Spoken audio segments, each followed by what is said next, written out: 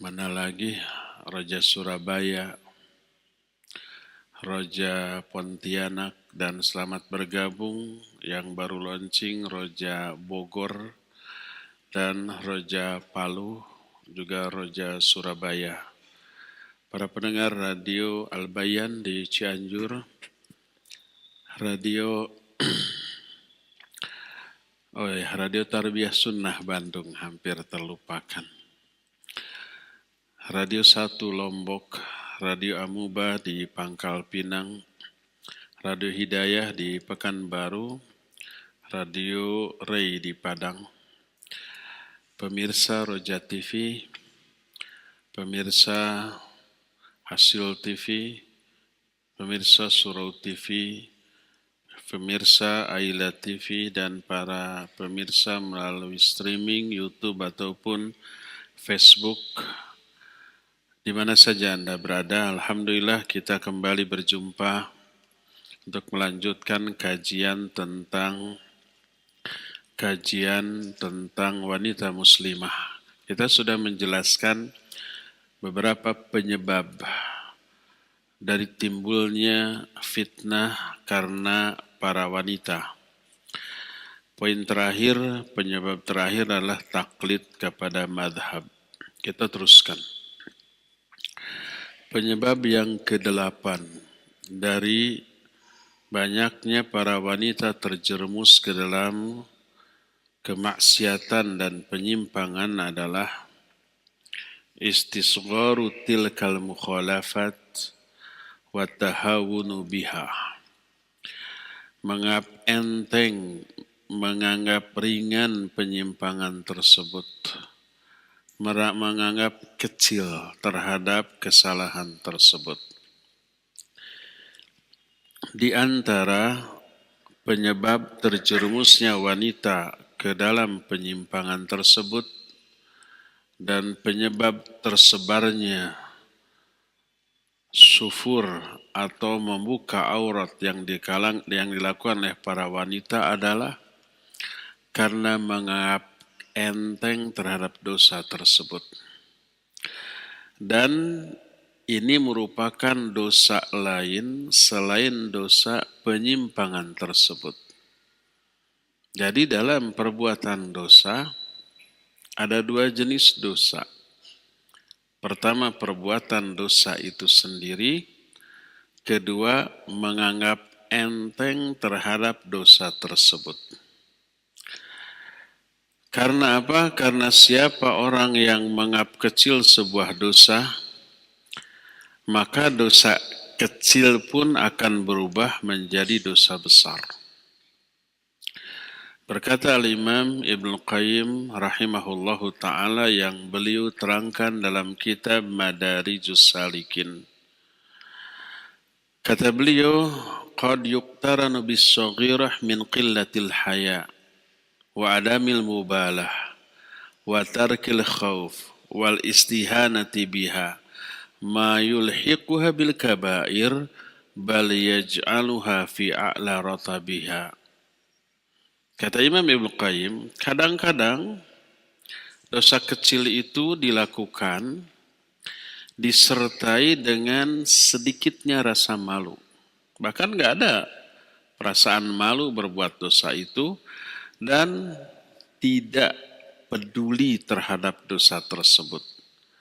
Tidak ada rasa takut terhadap azab akibat dosa tersebut, menganggap enteng atau kecil kepada dosa tersebut, yang menyebabkan dosa kecil pun kalau disertai dengan hal-hal tadi berubah menjadi besar, bahkan berada di ranking pertama di kalangan dosa-dosa besar. Kenapa demikian? Karena menganggap kecil dosa berarti menganggap kecil terhadap perintah dan larangan Allah. Dosa ini hanya terjadi karena dua hal. Pertama, karena mengabaikan perintah. Kedua, karena melanggar larangan. Itu bentuk dosa. Setiap perintah yang Allah abaikan, dosa. Setiap larangan yang Allah langgar, dosa. Melanggar larangannya berarti menganggap kecil terhadap larangan Allah. Mengabaikan perintahnya berarti menganggap kecil terhadap perintah Allah Azza wa Jalla. Ditambah dengan husnudzon yang tidak pada tempatnya kepada Allah Azza wa Jalla. Husnudzon kepada Allah itu wajib. Tapi jangan dijadikan dalil untuk berbuat dosa dan maksiat dengan sikap husnudzonnya kepada Allah. Berkata Imam Ibnu Qayyim rahmatullahi alaih, yang beliau jelaskan dalam kitab Ad-Da'u wad-Dawa. Ad-Da'u wad-Dawa, penyakit dan obatnya. Itu kitab susunan Imam Ibnu Qayyim. Yang kita bahas di akhir Ramadan ya, di daurah. Membahas tentang penyakit, terutama penyakit hati dan pengobatannya. Kata Imam Ibnu Qayyim, wa rubbama igtaral mughtar wa qala innama hamalani 'alal ma'asi husnur raja wa tam'i bi afwih la dha'fa 'azamatihi fi qalbi wa hadha min mughalatun nafsi fa inna 'azamatallahi ta'ala wa jalalihi fi qalbil 'abdi taqtadi ta'dhima hirmatihi wa ta'dhima hirmatihi tahulu bainahu wa bainadz dzunub wal mujtari'una 'ala ma'asihi ma qaddarullaha haqqa qadrih wa kaifa yuqaddiruhu haqqa qadrih aw yu'azzimuhu wa yukabbiruhu wa yarju waqarahu wa yujillahu min man yahunu 'alaihi amruhu wa nahyuhu. Hadza min amhalil muhal wa abyanul batil. Kata Imam Ibnu Qayyim, orang tersebut tertipu. Orang yang berbuat maksiat tapi tetap husnudzon kepada Allah. Walaupun banyak dosa, Allah Maha Ghafurur Rahim, kan gitu ya. Walaupun banyak dosa, Allah Maha Penyayang, Rahman dan Rahim kepada hambanya. Tenang, akan dapat ampunan, dapat rahmat. Itu umumnya tuh. Orang itu tertipu, dia berkata, yang mendorong saya untuk berbuat maksiat karena husnur roja. Bagusnya sikap roja saya kepada Allah. Apa roja teh? Bukan radio. Tapi roja teh sikap berharap kita kepada Allah. Punya roja kepada Allah itu bagus apa baik? Bagus dan baik, harus. Harus kita punya roja, punya harapan kepada Allah. Harus disertakan dalam setiap ibadah kita. Ada takut, ada harap, itu ada di dalam setiap ibadah kita. Yad'una rabbahum khawfaw wa tama'a. Para hamba Allah itu beribadah kepada Allah khaufan wa tama'a, disertai rasa takut dan rasa berharap. Takut nggak diterima, takut ditolak, takut banyak kekurangan, kesalahan, kekeliruan sehingga Allah murka. Tapi ada harapan, harapan semoga ini diterima, semoga mengundang rahmat, ampunan, pahala dari Allah Azza wa Jalla. Dua-duanya ada. Itu roja, roja itu bagus. Nah, tapi dia menyatakan yang mendorong saya berbuat maksiat karena husnur roja, bagusnya roja saya, wa tam'i bi afih, dan tomak saya, tomak itu serakah rakus, tapi kepada ampunan Allah. Bukan karena kecilnya, lemahnya pengagungan kepada Allah dalam hati saya, tapi karena saya husnudzon aja kepada Allah. Walaupun saya banyak dosa, banyak maksiat, Allah Maghfurur Rahim. Akhirnya dia berani melakukan dosa itu. Ini adalah mughalatun nafas. Kesalahan, kekeliruan konsep yang dia fahami dalam hati dia. Kenapa? Karena mengagungkan Allah dalam diri seorang hamba, pengagungan kepada Allah dalam diri seorang hamba harus juga mengagungkan perintah dan larangannya. Harus mengindahkan larangannya, Pak. Dan mengagungkan larangan Allah dengan cara dijauhi, itu yang akan menghalangi dia dari dosa-dosa, dari kemaksiatan. Maka orang yang berani berbuat maksiat, orang itu tidak mengagungkan Allah dengan sebenar-benarnya pengagungan. Bagaimana mungkin orang itu bisa disebut mengagungkan Allah dengan sebesar-besar pengagungan? Bagaimana mungkin orang itu bisa memuliakan Allah padahal dia menganggap enteng terhadap perintah dan larangannya? Ini kemustahilan yang paling besar dan kebatilan yang nyata. Itu pernyataan Imam Ibnu Qayyim rahimahullahu ta'ala. Oleh karena itu jangan dilihat kecilnya dosa, tapi perhatikan kepada siapa kamu berbuat dosa itu. Dosa itu dilakukan kepada siapa? Kepada Allah. Oleh karena itu menganggap kecil dosa berarti tidak mengagungkan Allah Azza wa Jalla yang kita lancang berbuat dosa kepadanya. Oleh karena itulah maka orang yang mengagungkan Allah dalam dirinya pasti juga mengagungkan perintah dan larangannya dan akan menganggap besar terhadap dosa sekecil apapun yang dia lakukan kepada Allah. Sebagaimana sabda Rasul sallallahu alaihi wasallam, ini seorang mukmin, perbedaan orang mukmin dengan orang fajir. Fajir itu durhaka. Kata Rasul sallallahu alaihi wasallam, innal mu'mina yara dhunubahu ka'annahu qa'idun tahta jabalin yakhafu an yaqa alaih. Wa innal fajira yara dhunubahu kadhubab marra ala anfi faqala bihi hakadha. Kata Rasul sallallahu alaihi wasallam, seorang mukmin melihat dosa-dosanya seolah-olah dia itu sedang duduk di bawah sebuah gunung besar. Dia khawatir gunung itu menimpa dirinya. Pejet sudah ya, kayak ayam geprek. Lebih dari itu malah. Bayangkan gunung menimpa kita. Gunungnya di sana, di daerah Timur Tengah itu bukan gunung seperti di kita banyak tanahnya, banyak pasir pohonnya. Di sana batu cadas. Seorang mukmin melihat dosa-dosanya seperti seolah-olah dia duduk di bawah sebuah gunung besar, gunung batu, kemudian dikhawatirkan gunung batu itu menimpanya. Bayangkan kalau kita tinggal di lereng sebuah gunung. Gunung itu rapuh, gundul. Hujan terus-terusan. Banyak kasus longsor. Kita tinggal di bawah lereng gunung itu. Kira-kira tenang enggak? Siang malam setiap detik kita siaga.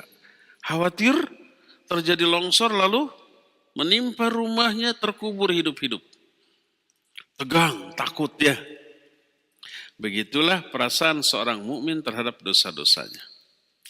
Adapun orang fajir, dia melihat dosa-dosanya seperti lalat yang terbang ngeong di bawah di hadapan hidungnya, lalu dia tepis begitu set, beres sudah. Nggak ada efek, nggak ada takut. Jangankan cuma lewat itu lalat, menclok di hidungnya pun gak membahayakan dirinya dan tidak terlalu mengganggu dirinya. Sudah cuma digebah gitu, apa digebah bahasa Indonesia, digebah, diusir, udah. Hadis ini sahih riwayat Imam Bukhari dalam kitab Sahih Bukhari. Padahal sekecil apapun dosa pasti dibalas. Allah berfirman dalam Al-Qur'anul Karim, "Wa may ya'mal mithqala dzarratin syarran yarah." Siapa orang yang beramal dengan amal keburukan sekecil atom. Bukan kacang atom loh, bukan sukro. Kacang atom besar. Atom ini terlihat nggak dengan mata telanjang? Tidak. Atom itu kan bagian terkecil dari suatu unsur, sekecil debu gitu. Debu agak besar. Debu masih bisa dibelah? Mungkin bisa dibelah. Atom itu kan bagian terkecil dari suatu unsur yang tidak bisa dibelah-belah lagi, kecil. Sekecil itu. Sedikit ada pelajaran fisikanya ya. Sekecil itu dosa, Allah balas. Dan sekecil apapun azab di neraka karena dosa terkecil, naudzubillah, mengerikan ya enggak? Gimana azab yang paling ringan di neraka? Cuma dikasih sepasang sendal dari api neraka. Itu yang teringan loh. Begitu dipakai, apa yang terjadi? Ubun-ubunnya mendidih. Padahal ubun-ubun bagian terjauh dari sendal. Sendal dipakainya di mana? Di kaki. Bagian terjauhnya ubun-ubun mendidih. Bagaimana dengan kakinya?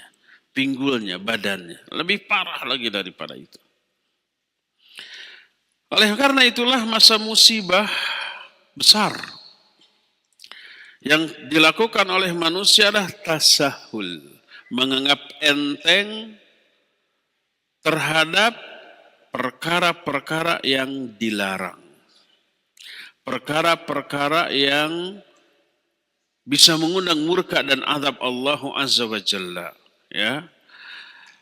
Dan sikap menganggap enteng ini lebih konyolnya lagi, seringkali didalili oleh ayat, oleh hadis, oleh kaidah dalam usul fikih atau dalam masalah fikih. Kadang-kadang orang melakukan sebuah pelanggaran terhadap syariat lalu berdalil al-maslahatus syar'iyah taqtadih kadza. Kemaslahatan syar'i mengharuskan berbuat begini. Atau tufiduna bihadzal amr fihi haraj wallahu yaqul wa ma ja'ala 'alaikum fid dini min haraj. Kalau melaksanakan perintah ini berat bagi kita, padahal Allah tidak menginginkan keberatan dalam melaksanakan agama ini, sebagaimana firman Allah dalam Al-Quran surah Al-Hajj 78, wa ma ja'ala 'alaikum fid dini min haraj.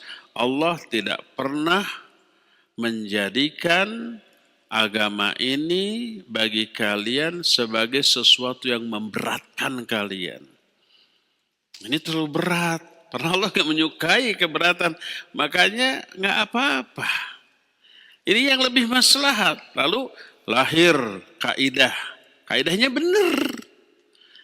Tapi penerapan yang keliru. Dar'ul mafsadah muqaddamun ala jalbil maslahah. Menolak madarat itu harus lebih didahulukan daripada meraih manfaat. Kalau kita pakai jilbab, ada madarat. Orang jadi takut. Orang jadi mengolok-olok agama kita. Orang jadi menghinakan sunnah yang kita terapkan, dan itu madarat. Kalau dibuka ada maslahat.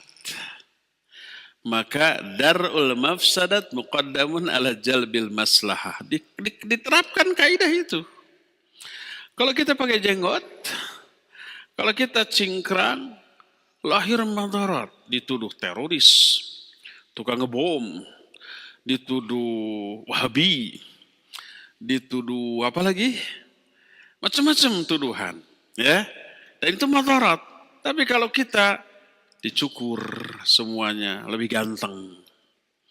Terus dipanjangkan celananya, maslahat. Diterapkanlah kaidah dar'ul mafsadah muqaddamun ala jalbil maslahah. Jadi melanggar perintah Allah, melanggar apa yang dilarang, diharamkan oleh Allah dan Rasulnya.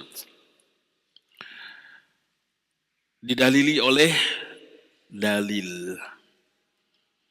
Akhirnya mereka merasa enjoy dengan penyimpangannya, enjoy tenaunya, menikmati penyimpangannya. Dilakukan secara lapang dada, ngemplong dan menganggap ini sebagai sebuah kebaikan.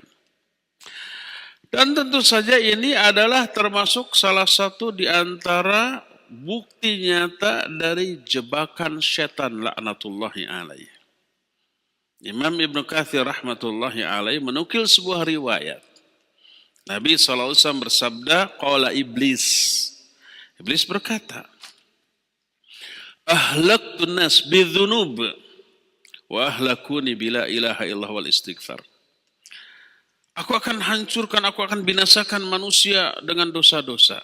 Digoda agar manusia terjerumus ke dalam banyak dosa. Wa ahlakuni bila ilaha illallah wal istighfar. Tapi mereka manusia itu menghancurkan upayaku dengan la ilaha illallah dan istighfar. Kalimat tauhid, istighfar itu menghapus dosa. Sudah berupaya, berjuang keras menggoda agar manusia terjerumus ke dalam dosa. Setelah berhasil, manusia itu tobat. Capek gawe, teka pakai. Sudah capek berbuat, nggak ada hasilnya kan gitu ya. Falamma ra'aitu dzalik. Maka ketika aku melihat hal itu, kata iblis, ahlaktuhum bil ahwa. Aku jerumuskan mereka dengan hawa nafsu. Aku bisikkan ke dalam hati mereka, kefikiran mereka, akal mereka. Fayahsabuna annahum minal muhtadin. Lalu mereka menyangka bahwa mereka itu termasuk orang-orang yang sesuai dengan petunjuk Allah. Dosanya dianggap benar. Karena apa? Setan menjerumus membisikkan argumentasi yang akhirnya menganggap benar terhadap kesalahan yang dilakukannya. Kalau sudah menganggap benar terhadap kesalahan yang dilakukannya, apa mungkin dia tobat dari kesalahan itu? Nggak mungkin. Tobat dari apa? Ini benar kok, nggak salah kan gitu ya? Itu bukti nyata keberhasilan setan. Banyak orang yang menganggap benar terhadap dosa, kesalahan yang dilakukannya dengan berargumentasi argumen yang diambil dari Quran, dari hadis yang sahih dan kaidah yang benar di kalangan para ulama. Ayatnya pasti benar. Hadisnya yang sahih pasti benar. Kaidahnya pasti benar. Apa yang salah? Aplikasi, interpretasi, pemahaman, penafsiran dia tentang ayat, hadis, dan kaidah tersebut. Kalimatul haqq wa urida bihil batil. Kalimat yang benar tapi diterapkan untuk mendukung sebuah kebatilan. Padahal sikap seorang muslim selalu menyelaraskan diri dengan manhaj Allah dan Rasulnya. Ini ayat begitu, udah lakukan. Ini hadis begini, udah lakukan. Allah berfirman dalam surah An-Nisa ayat 65, "Fala wa rabbik la yu'minuna hatta yuhakkimuka fima syajara bainahum, thumma la yajidu fi anfusihim harajan mimma qadait wa tusallimu taslima." Demi Rabbmu, demi Allah, mereka itu tidak dikatakan beriman sehingga mereka menjadikan kamu, hai Muhammad, sebagai hakim terhadap perkara yang diperselisihkan di kalangan mereka, lalu mereka tidak merasakan keberatan sedikit pun dalam hati mereka terhadap apa yang engkau tetapkan dan pasrah dengan sepasrah-pasrahnya. Berkata Imam Ibnu Qayyim rahimahullahu ta'ala, beliau jelaskan dalam Badaidul Fawaid. Kata beliau, Ya maghrura bil amani. Lu'ina iblis wa uhbita min manzilil izzi bitarkil sajdah wahidah. Umira biha wa ukhriju adam minal jannah biluqmatin tunawiluha wa hujibal qatil anha ba'da an ra'aha iyanan bimil'i kafin min dam wa umira biqatli zani asna al qatalat biilaji qadril anmilah fima la hilullah wa umira bi isbaghi dhuhri siyatan bi kalimah qadafa'u bi qatrin min muskirin wa abana adwan min a'dha'ika bi thalathi darahim fala ta'manhu. Kata Imam Ibnu Qayyim, wahai orang-orang yang tertipu dengan argumentasi batil. Perhatikan, iblis dilaknat, dikeluarkan, diturunkan dari tempat mulia hanya karena meninggalkan satu perintah dengan satu kali sujud. Sujudnya juga bukan kepada Allah, tapi kepada apa? Kepada Adam. Sujud bukan untuk ibadah, tapi untuk menghormati Adam. Yang saat itu dibolehkan sujud dengan dibolehkan menghormat dengan cara sujud kepada sama makhluk atas perintah Allah saat itu ya. Dan syariat beberapa nabi sebelumnya membolehkan itu. Adapun syariat Nabi Muhammad SAW melarang sujud sekalipun dalam bentuk untuk menghormat. Tidak boleh menghormat dalam bentuk sujud. Lau kuntu amiran ahadan liyasjuda li ahadin la amartul mar'ata litasjuda li zawjiha li admi haqqihi 'alaiha. Seandainya aku boleh memerintahkan seseorang untuk sujud kepada orang lain, saya akan aku perintahkan seorang istri untuk sujud kepada suami saking besarnya, agungnya hak-hak suami atas diri istrinya. Seandainya boleh disuruh sujud, tapi karena nggak boleh, nggak menyuruh para istri untuk sujud kepada suami. Jadi sekarang tidak boleh sujud kepada sama makhluk walaupun dalam rangka menghormat, bukan dalam rangka ibadah.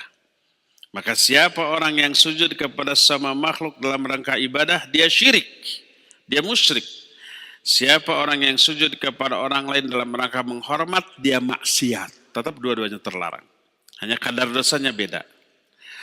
Kecuali kalau sujudnya ada hajah, tidak diniatkan menghormat, tidak diniatkan untuk beribadah, tapi karena ada keperluan yang mau tidak mau harus sujud, ya boleh. Contoh apa? Contoh seseorang suaminya duduk di kursi, istrinya jatuh jarum ke kolong kursi. Mau ngambil jarum itu, gimana? Harus sujud dia ya. Itu karena ada keperluan. Tidak diniatkan untuk beribadah atau menghormat. Nggak perlu, Pak, nyingkir dulu. Saya nggak mau sujud kepada suami. Saya mau ambil jarum di kolong. Nggak perlu, ambil saja. Karena ada keperluan. Ya, seorang sahabat Mughirah bin Syu'bah radhiyallahu an melihat Nabi SAW berwudu dengan memakai sepatunya. Sepatunya itu tidak dibuka. Melihat hal itu, Mughirah bin Syu'bah lalu membungkukkan badannya untuk membukakan sepatu Nabi SAW. Khudu, dan khudu dalam rangka menghormat, apalagi ibadah, terlarang. Tapi ini mah khudunya, membungkukkan badan itu ada keperluan mau membukakan sepatu Nabi SAW. Maka itu hajah, ada keperluan, boleh. Oleh Nabi dilarang bukan karena khudunya, tapi beliau menyatakan da'au, biarkan, fa inni adkhaltuhuma thahiratain. Biarkan, karena saya memakai kedua sepatu itu dalam keadaan suci. Jadi dia berwudu dulu lalu pakai sepatu. Dalam keadaan suci dia pakai sepatu. Lalu batal lagi. Pas wudunya itu sepatu nggak perlu dibuka, cukup diusap bagian atas dari sepatu itu dengan sekali usapan. Jadi waktu itu iblis dikeluarkan dari surga, dari tempat mulia hanya karena tidak menuruti perintah Allah untuk melakukan satu kali sujud. Adam alaihissalatu wassalam diusir dari surga hanya satu gigitan buah yang dia petik lalu dia makan. Pezina dia dihukum mati dengan cara yang paling mengerikan hanya karena memasukkan satu organ tubuh berukuran kecil kepada yang bukan haknya, yang tidak halal baginya. Seorang punggungnya harus dipecut 80 kali atau tergantung dari kasusnya, hanya karena dia menuduh orang lain dengan tuduhan berzina tanpa bukti, tanpa saksi, atau karena mabuk. Seseorang boleh dipotong kedua tangannya hanya karena dia mencuri suatu barang yang berharga tidak 3 dirham. Lihat, beratnya hukuman Allah. Untuk sebuah kesalahan yang dianggap enteng atau kecil oleh manusia atau hanya sedikit. Adam dikeluarkan dari surga hanya melakukan satu kali dosa. Iblis diusir dari surga hanya melakukan satu kali pelanggaran. Yang itu semua dianggap kecil, dianggap enteng, bahkan dianggap tidak salah oleh para pelakunya. Baru merasa bersalah setelah Allah menimpakan murkanya kepada mereka. Maka bagaimana engkau merasa aman dari api neraka dengan banyaknya kemaksiatan yang engkau lakukan? Apalagi kemaksiatan itu engkau anggap enteng. Allah berfirman, wala takhafu wala yakhafu uqbaha. Tentang orang kafir yang Allah masukkan ke dalam neraka dalam surah Asy-Syams ayat yang terakhir, ayat yang ke-15, wala yakhafu uqbaha. Mereka tidak takut terhadap akibat dari perbuatannya. Seorang istri, seorang wanita dimasukkan ke dalam neraka hanya karena seekor kucing. Padahal dia rajin ibadah, rajin sholat, rajin tahajud, rajin saum, tapi dimasukkan ke dalam neraka karena kesalahan yang dianggap enteng. Dakhalat an-nara imra'atun lihirratiha sajanatha lam tut'imha wa la tusqiha hatta matat. Kata Nabi SAW, seorang wanita masuk ke dalam neraka karena seekor kucing. Dan walaupun di dalam hadis lain disebutkan, wa in kathurat sholatuha wa siyamuha. Walaupun dia rajin sholatnya, rajin saum. Itu kucing dikurung. Tidak dilepaskan untuk mencari makan sendiri. Tidak dikasih makan, tidak dikasih minum sampai mati. Orang Sunda bilang dikungkung tadi awur, dicangcang tadi paraban. Itu yang disebut dengan dikurung, tidak dikasih makan, tidak dikasih minum, tidak dilepaskan untuk mencari makan sendiri. Mati dia. Walaupun dia rajin sholat, rajin saum. Dan wanita itu punya alasan yang dia anggap benar. Apa alasannya? Ini kucing garong. Mungkin ngambil ikannya, lauknya gitu, gemes gitu ya. Mungkin bukan sekali 2 kali, akhirnya dikurung saja sudah. Sampai mati. Dia tidak menganggap itu sebagai kesalahan. Atau dianggap kesalahan kecil. Akhirnya masuk ke dalam neraka. Bahkan dalam hadis dikatakan, wa innar rajula la yatakallamu bi kalimatin la yalqi bihi balan yahwi biha finnar ab'an mimma baina al-masyriq wal maghrib. Seseorang berbicara dengan satu kalimat yang dia anggap enteng, yang dia anggap ringan. Dia tidak peduli kepada omongannya, tapi menyebabkan dia terjerumus ke dalam neraka yang jauhnya lebih jauh daripada timur dan barat. Bahkan disebutkan seseorang beramal ketaatan kepada Allah selama 60 tahun. Pas menjelang kematiannya dia terjerumus ke dalam satu maksiat dan mati dalam keadaan demikian, ditutup dengan su'ul khatimah, lalu dia dimasukkan ke dalam neraka. Nabi SAW bersabda, al-a'mal bi khawatimiha. Amal-amal orang itu tergantung amalan terakhir yang dia lakukan. Bahkan coba lihat, satu kesalahan kecil menghapus beberapa amalan besar. Seseorang yang sholat dengan khusyuk, dengan ikhlas, dengan mutaba'ah, 4 rakaat sampai salam terakhir, sampai tahiyat akhir, dia hanya meninggalkan satu rukun yang enteng, yaitu apa? Salam. Dia tidak salam. Setelah membaca tasyahud akhir sampai wa min fitnatil mahya ummati wa min fitnatil masih dajjal, sudah saja langsung berdiri tidak salam.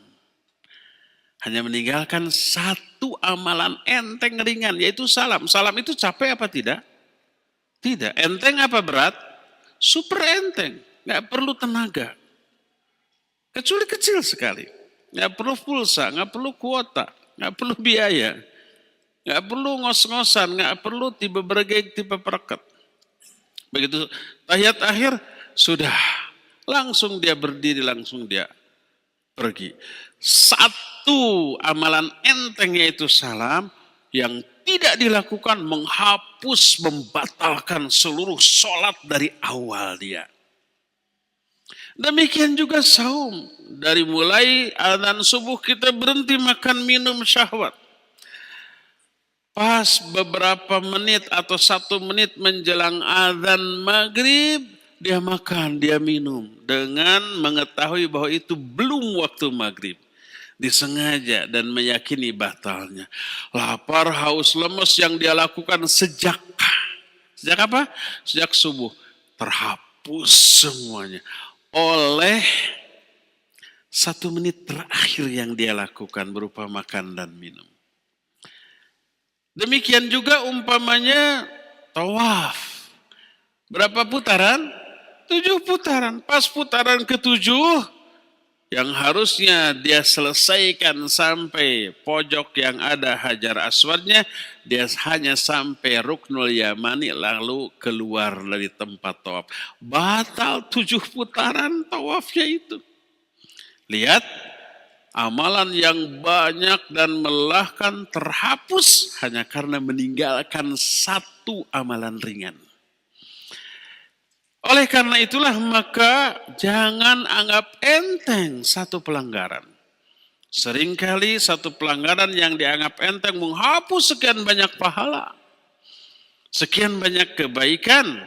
Dan ini adalah ucapan Imam Ibnu Qayyim dalam kitab Al-Fawaid, yang menunjukkan tidak boleh kita menganggap enteng. Oleh karena itu, hendaklah kita berhati-hati. Jangan sampai anggapan enteng kita kepada dosa dan maksiat tanpa diduga menjadi penutup kehidupan kita. Kita ahli ibadah, sekali-kali berani melakukan perbuatan dosa, tak mati dalam keadaan demikian. Na'udzubillah. Matinya apa namanya? Su'ul khatimah. Jangan jumawa bahwa kita sehat, kita masih muda, kita tidak terdeteksi ada penyakit apapun, bebas dari corona. Sehat walafiat. Akhirnya berbuat dosa dengan anggapan nanti juga bisa tobat. Ternyata pas melakukan dosa geletuk mati dalam keadaan demikian. Siapa tahu? Berfirman Allah Azza wa Jalla dalam Al-Quran, surah Al-Jathiyah ayat 21. Kata Allah, am hasibal ladzina ijtarahu sayyi'at an naj'alahum kalladzina amanu wa 'amilus sholihat sawa'an mahyahum wa mamatuhum sa'a ma yahkumun. Kata Allah, apakah orang-orang yang berani melakukan dosa-dosa dan kemaksiatan itu menyangka bahwa kami akan menjadikan mereka sama dengan orang-orang yang beriman dan beramal soleh baik ketika hidupnya ataupun ketika matinya. Sungguh buruk apa yang mereka tetapkan. Bahkan hendaklah kita ini menjauhi, menghindari perbuatan yang nyata-nyata dilakukan oleh Rasul Sallallahu Alaihi Wasallam, walaupun larangan itu larangan yang hanya masuk kepada makruh tanzih, bukan makruh tahrim. Makruh tanzih itu yang kita kenal dengan sebutan makruh dalam rangka untuk menjaga kehormatan diri kita. Kalau makruh tahrim adalah sesuatu yang diharamkan. Maka jangan anggap enteng. Dulu ya, beberapa tahun atau belasan tahun yang lalu kita pernah membahas Kutaib. Buku kitab kecil dengan judul Ta'dhimus Sunnah. Mengagungkan sunnah. Di bagian akhir dari Kutaib ini ada bab yang diberi judul Uqubatu. Uqubah atau apa uqubah? Hukuman. Efek buruk dari orang yang tidak mengagungkan sunnah. Di dunia ini juga langsung kontan. Di sana ada beberapa riwayat yang sahih. Di antaranya dibawakan, ya, bahwa ada seorang laki-laki di hadapan Rasul Sallallahu Alaihi Wasallam makan dengan tangan kiri karena dia kidal. Apa kata Nabi Sallallahu Alaihi Wasallam? Kul biyaminik. Makanlah kamu dengan tangan kananmu. Orang itu menjawab, astati, saya tidak mampu. Dia menjawab begitu, saya tidak bisa. Padahal bukan tidak bisa, tapi tidak mau ya. Kalau mau pasti bisa, dilatih, dibiasakan gitu. Harus dibedakan antara tidak mampu dengan tidak mau. Kadang-kadang orang mampu tapi tidak mau, akhirnya ya tidak melaksanakannya. Apa kata Nabi SAW? Lastata'ta. Kalau begitu kamu pasti tidak akan mampu. Apa yang terjadi? Fama rafa'a ila fi, maka orang itu benar-benar tidak mampu mengangkat tangannya memasukkan makanan itu ke dalam mulutnya. Terhalang saja tuh. Tokcer. Mustajab. Ucapan Nabi SAW saciduh metu seucap nyata. Langsung saat itu juga terbukti. Hadis itu sahih diriwayatkan oleh Imam Muslim. Nabi SAW pernah menyatakan, kalau kamu bangun tidur, maka cuci dulu kedua tanganmu. Dulu kita pernah membahas kitab Bulughul Maram. Sampai sekarang juga masih. Tapi dalam bab At-Taharah, hadis ini dibahas. Ya. Yang berkesimpulan, Syekhul Islam menyatakan, hukumnya wajib. Begitu bangun tidur, cuci dulu kedua telapak tangan kita 3 kali, kemudian istinsyak, menghirup air itu ke hidung 3 kali.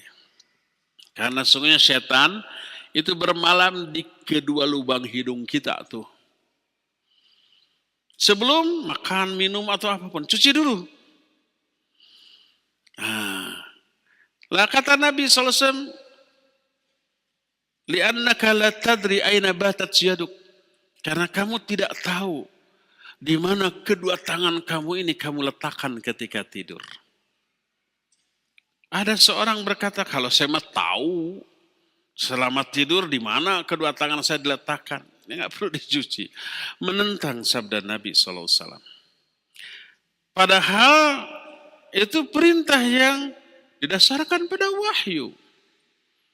Apa yang terjadi? Ketika orang itu tidur, maka ketika bangun dia mendapati agak jorok sedikit. dia mendapati tangannya sampai sikutnya sudah masuk ke lubang duburnya. Waliyadzubillah.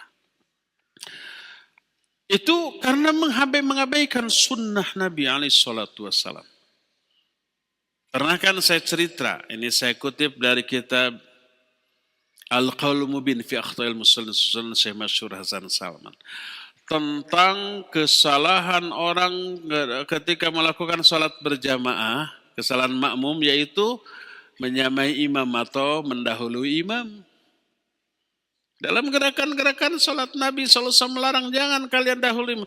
Atau kalau enggak, Allah akan merubah wajah kamu menjadi wajah himar. Himar itu kedelai. Jenis kuda kecil. Apa kedelai? Kedelai. Apa? Kuda. Keledai. Kedelai. Apa bedanya? Kedelai kacang ya? Oh, kacang kedelai. Jadi yang benar keledai. Kedelai.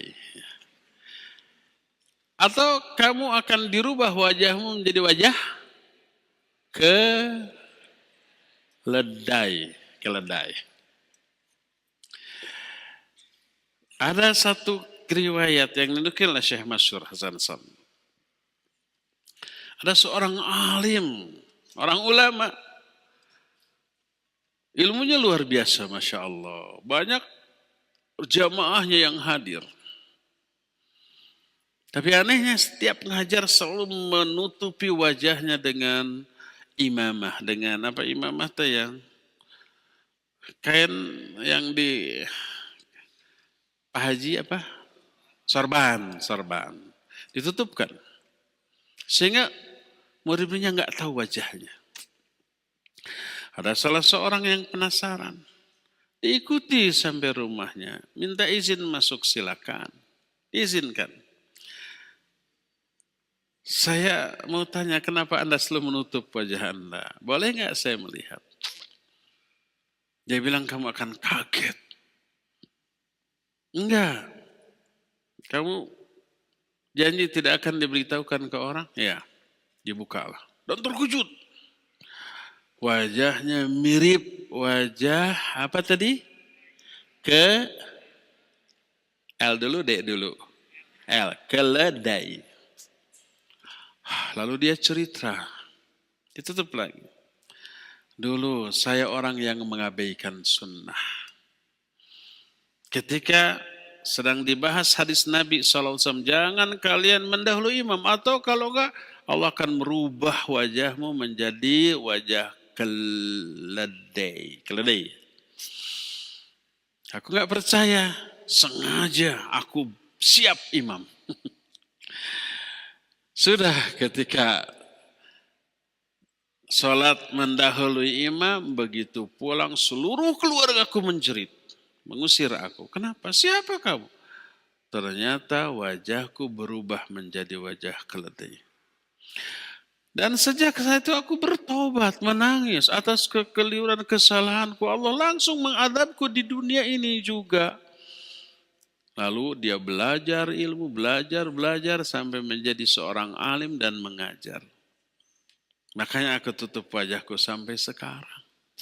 Ingat, jangan abaikan sunnah Nabi SAW. Kadang di dunia ini juga sudah diberi balasan adab. Tidak semua orang memperoleh adab seperti ini di dunia. Tapi adab dunia jauh lebih enteng daripada akhirat. Jangan sampai merasa aman. Alhamdulillah saya tidak jadi keledai. Alhamdulillah kalau saya bangun walaupun saya ngomong tadi, tetap tangan saya tidak masuk kemana-mana. Mungkin tidak dihukum di dunia, tapi kalau hukuman itu ditangguhkan di akhirat, akan jauh lebih dahsyat daripada hukuman di dunia. Waliyadzubillah. Berdasarkan hal itulah maka Nabi alaihi salatu wassalam banyak memberikan perintah dan juga larangan. Yang kadang perintah larangannya tidak jatuh pada haram apabila dilanggarnya. Kadang-kadang jatuh kepada haram. Kadang-kadang jatuhnya kepada makruh. Beliau melarang makan minum pakai tangan kiri. Beliau juga melarang dan memerintahkan sesuatu untuk kehidupan sehari-hari kita laksanakan. Berfirman Allah Azza wa Jalla, "Wa ma atakumur rasulu fakhudhuh wa ma nahakum anhu fantahu." Apa saja yang diperintahkan oleh Rasul kepada kalian, ambil, laksanakan. Dan apa saja yang dilarang, maka jauhi dengan sejauh-jauhnya. Oleh karena itulah maka betapa banyak orang yang apabila dikatakan inilah sunnah lakukan. Ini menyimpang dari sunnah maka jauhi sejauh-jauhnya. Tapi dia menjawab, aku tidak mampu karena terlalu beratnya hal ini bagi diriku. Atau dengan menyatakan, ini kan sekedar sunnah, tidak wajib. Jangan terlalu memberat-beratkan diri dengan yang sunnah lah, gitu kan? Banyaklah orang yang mengatakan begitu. Dan ini termasuk salah satu di antara sikap meremehkan sunnah Nabi SAW. Ya. Berdasarkan hal itu sekali lagi jangan anggap kecil sebuah dosa karena sekecil-kecil dosa mengundang turunnya azab dan seringan-ringan azab di dalam neraka jauh lebih dahsyat daripada seluruh penderitaan yang pernah ada di alam dunia. Berkata Rasul sallallahu alaihi wasallam dalam hadis sahih riwayat Imam Bukhari dan Imam Muslim, "Inna ahwana ahlin nari adzaban yaumal qiyamah la rajulun tudau fi akhmasi qadamai jumratan yagli minha dimaguh." Sesungguhnya azab yang paling enteng, paling ringan, paling kecil bagi ahli neraka pada hari kiamat adalah seseorang yang diletakkan bara api neraka di bawah kedua telapak kakinya. Dalam riwayat lain sepasang sendal itu dari baranya. Baranya loh, bukan apinya. Mana yang lebih panas, baranya apa apinya? Apinya lebih panas. Ya dua-duanya panas.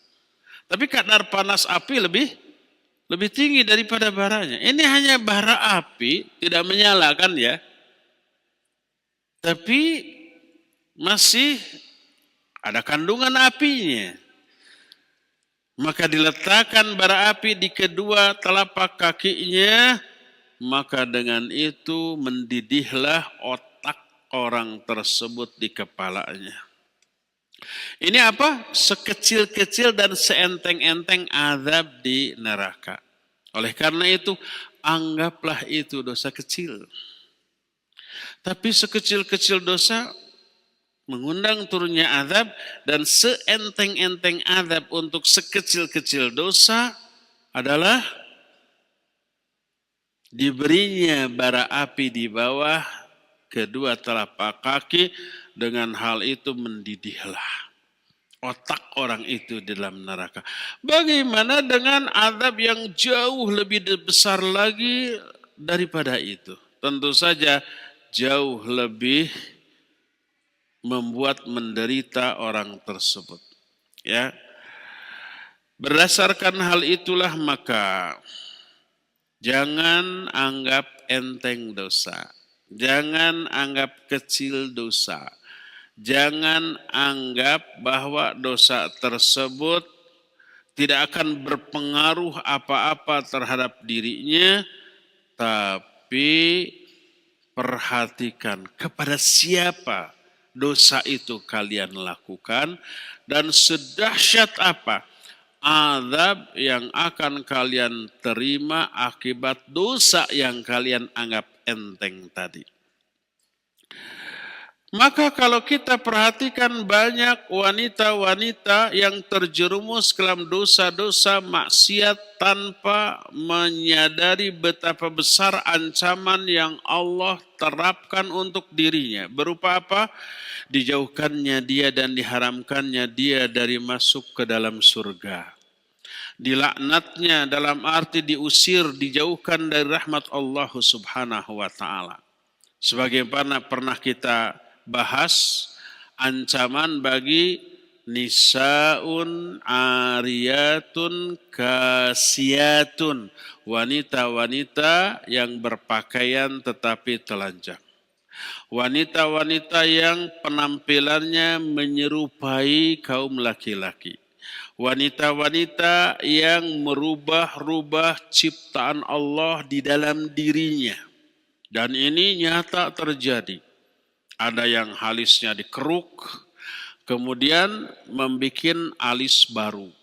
Yang berbeda dengan garis alis yang diciptakan, yang Allah berikan. Seolah-olah garis alis bikinan Allah mah nggak bagus. Maka dihapus, dikeruk, diklik, lalu dia bikin garis baru dengan arang. Atau sejenis itu. Dan dia anggap lebih sempurna, lebih bagus daripada ciptaan Allah. Ada yang begitu? Banyak. Bulu mata Allah berikan. Banyak wanita yang beranggapan bulu mata ciptaan Allah kurang pas, kurang bagus, kurang sempurna. Lalu disambung dengan bulu mata palsu, ya, dari sapu ijuk. Ada yang menyambung bulu mata? Ada. Itu merubah ciptaan Allah Azza wa Jalla.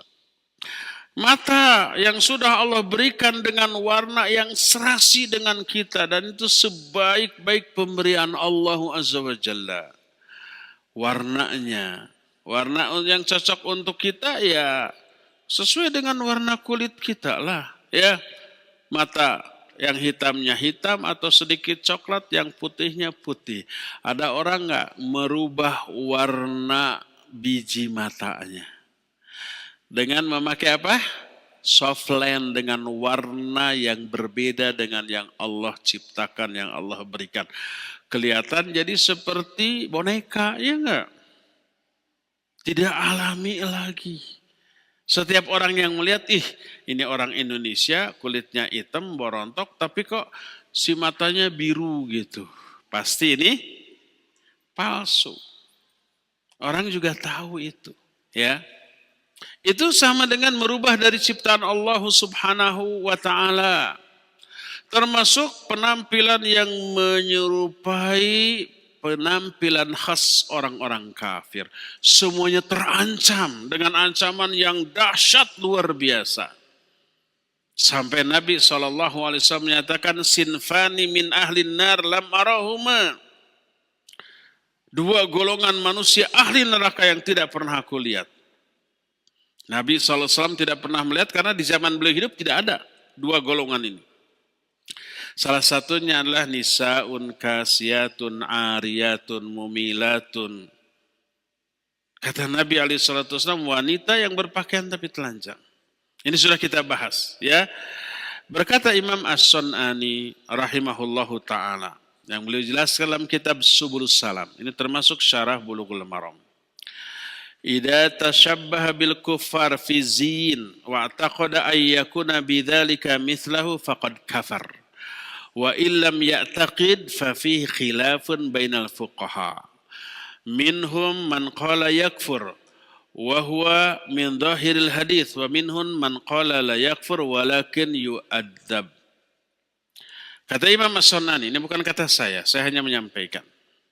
Kata Imam As-Sun'ani dalam kitab Subulus Salam tentang hukum tasyabbuh dengan orang kafir. Bila seorang muslim bertasyabbuh dengan orang kafir dalam hal berpakaian, dan dia meyakini dengan berpakaian itu dia jadi serupa dengan orang kafir. Karena dalam pandangan dia orang kafir itu lebih tinggi peradabannya, lebih maju, lebih baik. Pokoknya level sosialnya di atas rata-rata. Dan dia ingin seperti itu. Ingin seperti orang kafir. Mau murtad takut ada sanksi sosial dari keluarga dan tetangganya, ya.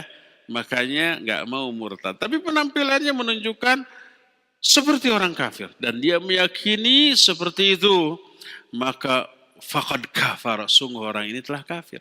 Itu kata Imam As-Sanani.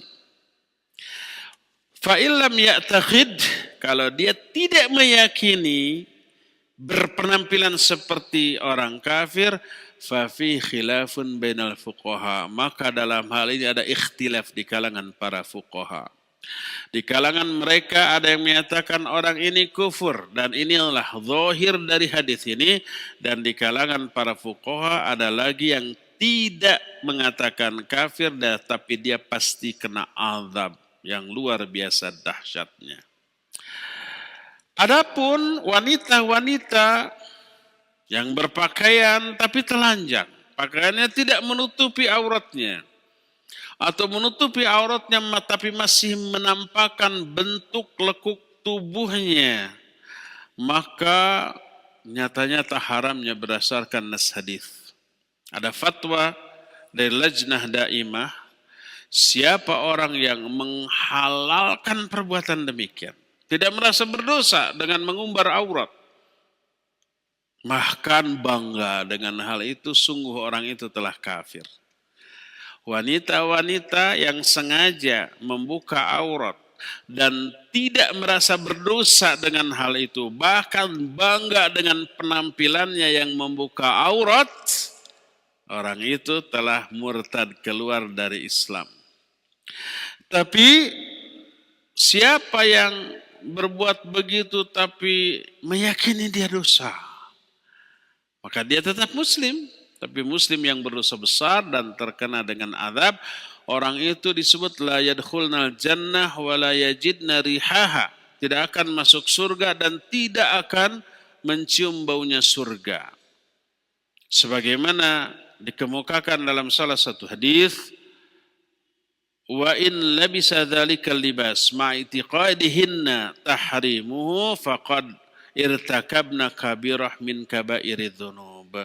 Siapa yang mengenakan pakaian yang masih mengumbar aurat tapi dia masih meyakini keharaman, dia meyakini dirinya dosa, maka orang itu telah melakukan dosa-dosa yang amat sangat besar yang menyebabkan dia terkena dengan azab.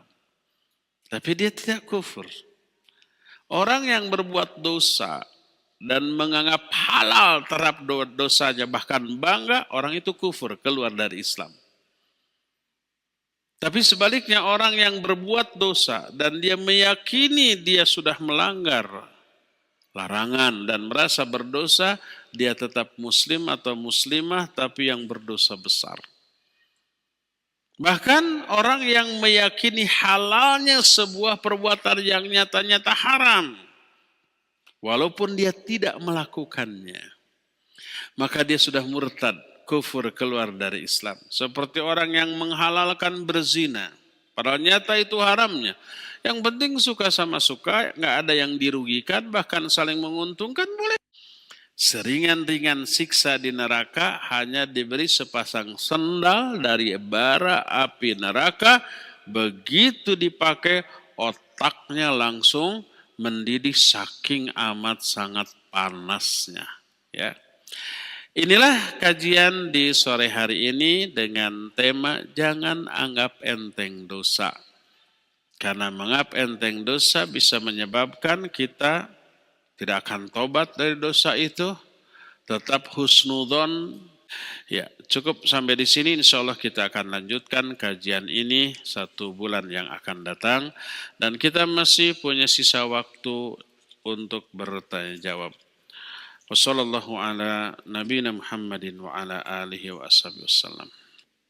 Bismillah Ustaz, saya masuk ke dalam suatu grup organisasi keislaman. Di dalamnya memang ada ikhtilat, sering dan terkadang ada pembicaraan receh dan lucu. Namun dianggap lumrah karena memang sudah biasa. Apakah ini termasuk meremehkan dosa? Ikhtilatnya ya tidak boleh. Adapun pembicaraan receh dan lucunya, selama Ya, receh lucunya itu tergantung apakah mengandung unsur pelanggaran atau tidak. Kalau di dalamnya mengandung unsur dusta, unsur sukhriyah atau menghina, melecehkan sesama manusia, unsur gibah, ya itu dosa. Tapi kalau tidak mengandung unsur-unsur yang terlarang tadi, minimalnya mubah, maka boleh. Ya, obrolan-obrolan ringan yang lucu, yang tidak mengandung dosa, maka tidak apa-apa. Islam tidak melarang melucu kok, ya. Selama di dalam melucu tersebut tidak mengandung unsur pelanggaran, tidak menceritakan kisah-kisah fiktif, tidak, apalagi kisah fiktif itu umpamanya melibatkan para malaikat. Dikesankan malaikat itu umpama cerita itu bodoh, ya bisa ditipu, bisa dibohongin. Itu melecehkan, nggak boleh seperti itu ya. Apakah termasuk dosa besar jika suami sering mengobrol kata-kata talak? Iya, tidak boleh sembarangan mentalak tanpa uzur, zalim itu. Walaupun hanya sekedar menggertak, ya, tidak boleh. Mengucapkan talak, bahkan menalak istri dengan uzur yang dibolehkan secara syar'i, boleh. Asal alasannya tepat. Tapi kalau tidak ada alasan, maka itu hanya sebuah kezaliman. Adapun kalau ucapan talak, baik syarat terus terang ataupun secara isyarat, yang dilakukan oleh istri tanpa udzur syar'i maka haram. Kadar keharamannya lebih besar daripada yang dilakukan oleh suami kepada istrinya. Jadi tidak boleh. Apakah berdosa jika istri mengajukan cerai karena sudah 3 kali ditalak? Bahkan lebih. Ya, kalau sudah ditalak bukan istri yang mengajukan cerai dong. Otomatis talak. Sudah lebih dari 3 kali nggak bisa rujuk. Sekali suami bilang talak, udah. Tapi dalam masa iddah mereka masih tetap serumah. Bisa rujuk. Kalau sudah mau rujuk, baik dengan kata-kata kita rujuk sekarang. Atau dengan isyarat langsung melakukan hubungan suami istri tanpa ngomong apapun. Otomatis talak, otomatis rujuk. Berarti sudah rujuk lagi. 1 talak, 1 rujuk. Baru beres melakukan hubungan, langsung berantem lagi, saya talak lagi kamu. Sudah 2 kali talak. Ya, masih serumah dalam masa iddah, besoknya hubungan lagi. Rujuk lagi 2 kali talak, 2 kali rujuk. Baru aja beres hubungan, langsung talak. 3 kali sudah talak bain. Talak bain itu talak harus terpisah, tidak bisa balik lagi. Kecuali diseling dengan si istri dinikahi lagi oleh laki-laki lain, lalu ditalak lagi, baru bisa balik lagi. Tapi tidak boleh ada rekayasa. Kamu boleh nikah lagi semalam ya, besoknya cerai lagi. Nggak boleh itu. Jadi kalau sudah talak 3, udah berpisah, nggak boleh bersatu lagi. Ya.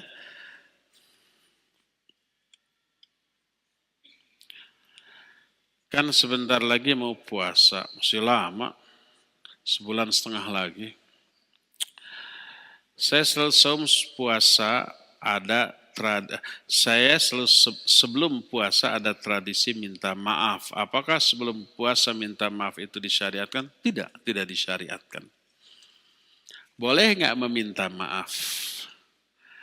Secara umum bagus, tapi tidak boleh dikaitkan dengan momen apapun. Tapi kalau dikaitkan dengan momen tertentu seperti Idul Fitri, Idul Adha, atau momen tertentu yang momen itu tidak ditetapkan oleh syariat, selalu dikaitkan berarti menetapkan syariat disunnahkannya meminta maaf sebelum Ramadan.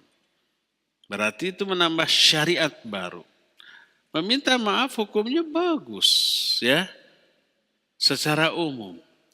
Tapi kalau itu dijadikan ketentuan syar'i berdasarkan otaknya tanpa dalil, maka tidak boleh. Bukan tidak boleh meminta maafnya, tapi tidak boleh mengaitkan meminta maaf dengan Ramadan.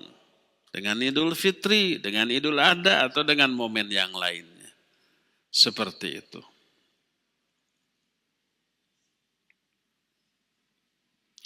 Bagaimana hukum bekerja di luar kota sendirian bagi wanita? Kalau dia tinggal di kota tersebut, berarti sudah bukan di luar kota lagi. Umpama ya, dia orang Bandung, dapat kerja di Jakarta. Dia berangkat ke Jakarta diantar mahramnya, ayahnya, kakaknya, adiknya. Lalu dia tinggal di Jakarta. Berarti dia sudah pindah ke Jakarta. Berarti dia tidak safar lagi ketika bekerja ya. Tapi kalau ketika dia pulang kampung ke Bandung nggak boleh sendirian. Jemput lagi oleh mahramnya. Yang seperti itu segera nikah ya, ngapain lagi.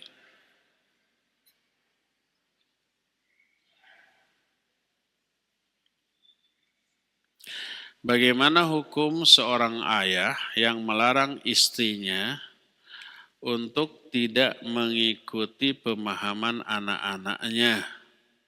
Padahal anaknya menjalankan sunnah dan ayahnya tidak suka istrinya ikut ke kajian bersama anaknya. Bagaimana sikap anaknya? Ini sering kasus ini. Dan sering saya jawab. Satu-satunya cara agar orang tua, ayah, suami, atau istri, atau anak-anak tidak melarang kita dari ngaji adalah tampakkan hasil positif dari ngaji. Setelah ngaji itu harus ada perubahan yang lebih baik. Setelah ngaji lebih lembut, lebih perhatian, lebih mulia akhlaknya, ya. Pokoknya lebih terasa efek baiknya ke semua orang yang ada di rumah, tetangganya, sahabat-sahabatnya. Kalau tadi ayahnya melarang istrinya, setelah istrinya ngaji, dia lebih perhatian ke suami, lebih berbakti, lebih meningkatkan servis dan pelayanan, lebih lembut. Suaminya merasakan perubahan ini. Lalu dia bertanya, "Mah, sekarang ini akhir-akhir ini tuh beda loh. Mama tuh baik, gak pernah marah, gak pernah cerewet, gak pernah, pokoknya nyaman. Kenapa begitu?" Jawab, hasil ngaji, Pak. Pengajian di tempat saya ngaji mengajarkan istri itu harus begitu. Kira-kira kalau begitu suami bilang, "Jangan lagi ngaji, Mah. Saya gak mau Mama jadi solihah." Begitu enggak? Enggak mungkin. Bagus, alhamdulillah. Bawa anak-anak sekalian biar berbakti kepada ayahnya tuh. Bapak mah nanti aja. Pasti itu, ya. Suatu saat ibunya itu, istrinya itu ada sikap menjengkelkannya lagi, kurang perhatian lagi, ya. Agak kasar lagi. Pasti ayahnya bilang, "Mama pasti sudah lama gak ngaji ya. Ngaji lagi, siapa Papa antar." Pasti begitu tuh. Ini pernah kejadian. Ya, dulu ada seorang ikhwan, rahimahullah. Orang ikhwan ini sudah meninggal. Istrinya sebelum dia ngaji, itu gak betah di rumah suaminya. Kalau pulang cerewet bawel, banyak ini, banyak itu, tuntutan ini, tuntutan, dibawa ngaji. Berubah. Setelah berubah begitu, keluarga ini berubah nyaman, ngaji bareng segala macam. Suatu saat istri itu jarang lagi ngaji. Karena apa? Karena punya bayi lagi gitu. Mulai berubah lagi sikapnya. Ya, cerewet lagi. Apa kata suami? "Mah, sekarang tinggalkan semua pekerjaan. Saya akan minta tetangga membereskan semua rumah, kita ngaji." Karena udah lama gak ngaji, pasti begini lagi tuh. Jadi nampakkan hasil ngaji. Kalau hasil ngaji positif, tidak akan mungkin ada orang yang melarang. Kalau ada yang melarang, menunjukkan hasil ngaji itu terasa buruk bagi orang di sekitarnya. Setelah beres ngaji, serba dilarang. "Pak, ini haram, ini bidah, ini terlarang, ini khurafat, ini tahayul, ini segala macam." bingung serba salah suaminya nih. Kenapa mah begini? Ini hasil saya ngaji. Jangan ngaji lagi. Pasti begitu, ya. Inilah rahasia, kunci agar orang tidak melarang kita dari pengajian. Tampakkan hasil ngaji dalam bentuk sikap akhlak yang baik. Bukan setelah ngaji jadi tambah kenceng ngelarang nyalahin orang. Nah, kata Ustadz di tempat ngaji saya, perbuatan begini Yahudi nih. Ini ancamannya neraka nih. Aduh, baru ngaji beberapa kali sudah ngancam-ngancam orang dengan neraka. Ya iyalah, pasti dilarang ya. Coba, ini umum untuk semua orang, tidak hanya bagi si penanya tadi ya. Jadi kalau pertanyaan apa hukum seorang ayah melarang, saya tidak mempermasalahkan si ayah yang melarang karena dia di sini, enggak ada di sini kan? Percuma saya ngomong untuk ayahnya tapi ayahnya enggak ada di sini. Saya lebih baik ngomong kepada orang yang dilarang ngaji oleh ayahnya tadi. Coba rubah sikap menjadi lebih baik. Tunjukkan kepada dia ini hasil ngaji. Pasti positif. Pasti lebih baik. Pasti lebih menyenangkan ke semua orang. Tidak mungkin orang itu akan melarang. Bahkan akan tambah semangat, memberi semangat. Ayo ngaji lagi ngaji. Biar kamu tambah soleh. Seperti itu. Wallahu a'lam.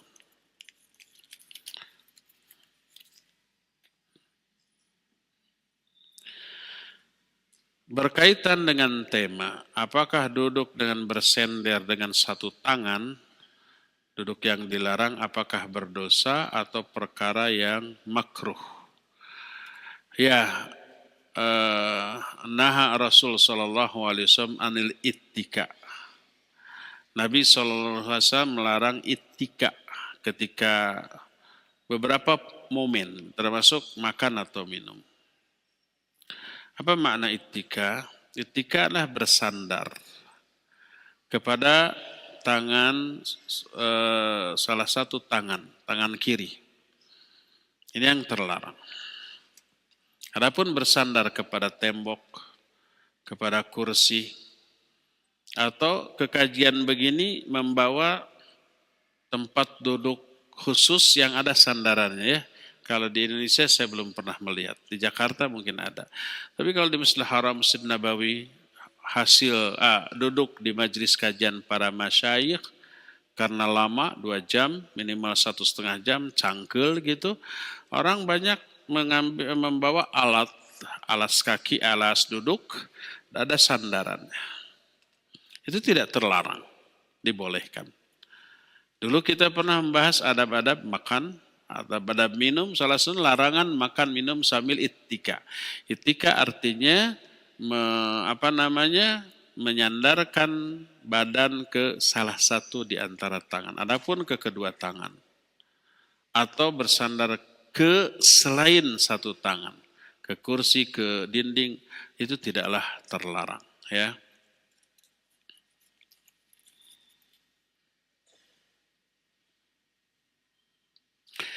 Bagaimana cara meyakinkan diri bahwa Allah Maha melihat dan tidak menganggap enteng dosa di saat sendiri? Salah satunya adalah mengenal Allah melalui sifat-sifatnya dan nama-namanya. Semakin mengenal Allah, semakin bertambah keyakinan dalam banyak hal, termasuk yakin bahwa Allah selalu mengawasi. Allah selalu melihat, bahkan bisikan hati kita ya. Itu yang sudah sering kita lakukan. Makanya kita sekarang sedang membahas fikih al-asma'ul husna di setiap hari Selasa pagi di Masjid Raya Cipaganti ya, hadir. Apakah dizolimi makhluk, baik jin atau manusia, bisa menggugurkan dosa? Iya.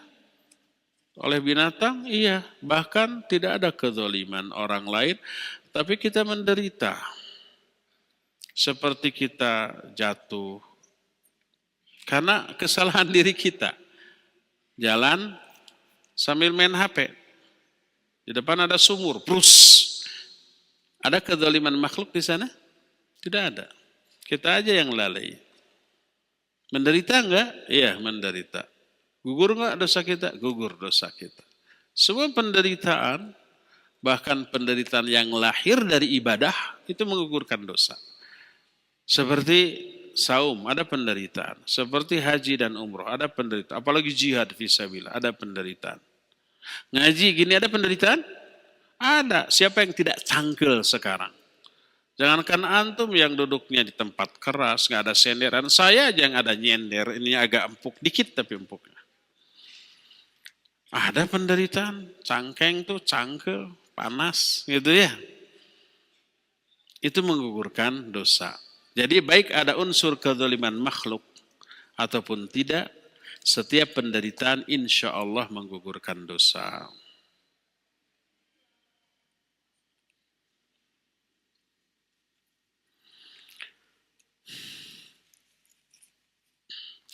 Ustaz, apa ada amalan khusus untuk mendapatkan pekerjaan? Ada, cari pekerjaan itu, ngelamar. Kalau nggak mencari, nggak melamar, nggak dapat-dapat. Itu amalan khususnya ya. Ada doa, ada banyak. Di antara Allahumma la sahla illa ma ja'altahu sahla wa anta taj'alul huzna idza syi'ta sahla. Ya Allah, tidak ada kemudahan kecuali apa-apa yang telah Engkau jadikan mudah. Dan Engkau bisa menjadikan segala yang menyedihkan menjadi kemudahan. Ya, la ilaha illa anta subhanaka inni kuntu minadh dhalimin. Doa siapa itu? Doa Nabi Yunus, la ilaha illa anta subhanaka inni kuntu minadh dhalimin. Ya. Karena pengangguran adalah penderitaan. Mungkin salah satunya disebabkan karena dosa dan kemaksiatan kita. Keluar dari kesulitan itu ada doa. Salah satunya tadi doa Nabi Yunus, la ilaha illa anta subhanaka inni kuntu minadh dhalimin. Ini doa yang dibaca oleh Nabi Yunus ketika Nabi Yunus berada di perut ikan, terpenjara di sana, baca doa ini keluar. Dan ini menjadi doa untuk bisa keluar dari kesulitan, termasuk kesulitan karena nganggur, belum dapat pekerjaan. Saya sudah mencari tapi tak kunjung dapat. Doakan Ustadz agar saya mendapatkan kerja, agar saya segera menikah. Oh, masih jomblo. Semoga ikhwan ini oleh Allah Azza wa Jalla disegerakan memperoleh pekerjaan dengan gaji besar dan memperoleh jodoh ya. Wanita yang solihah yang siap seperti para pekerja SPBU. Memulai dari nol.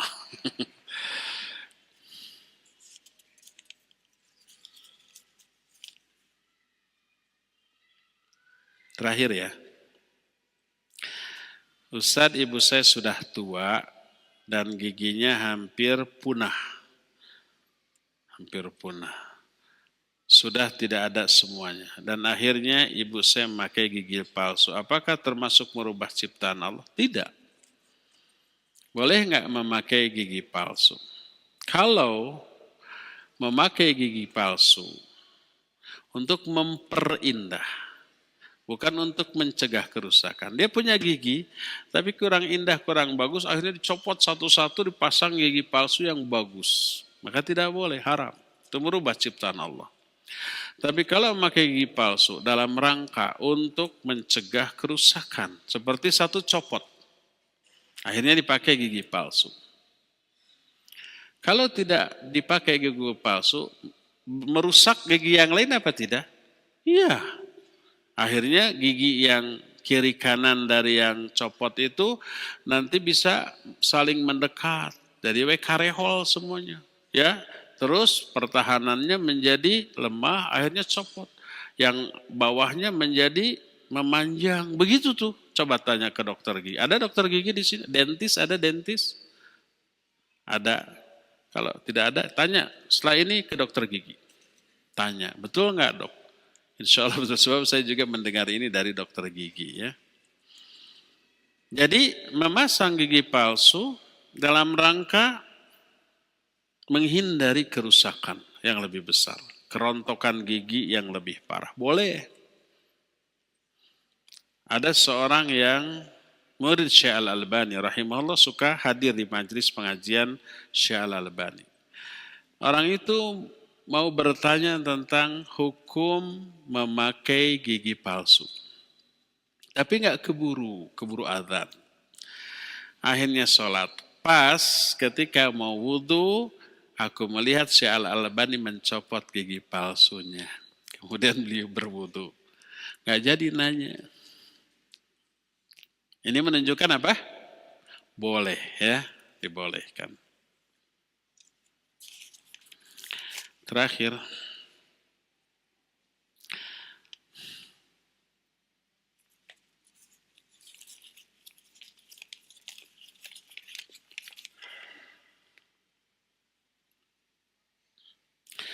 Ustadz, bagaimana kalau memakai soft lens untuk mata minus berwarna hitam dan niat dipakainya tidak sama sekali untuk mempercantik diri ataupun mengubah ciptaan Allah, dipakainya hanya untuk acara-acara tertentu.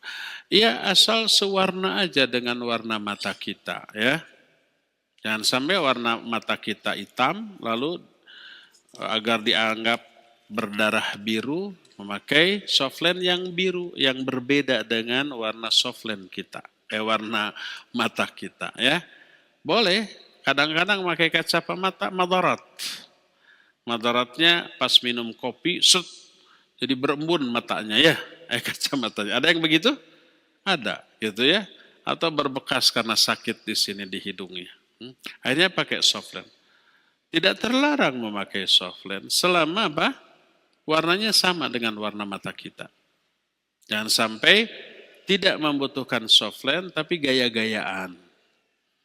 Kemudian merubah warna biji matanya. Ya, cukup sampai di sini. Insyaallah kita jumpa kembali di hari Kamis yang akan datang. Subhanakallahum bihamdik asyhadu an la ilaha illa anta astaghfiruka wa atubu ilaik walhamdulillahirabbil alamin. Wassalamualaikum warahmatullahi wabarakatuh.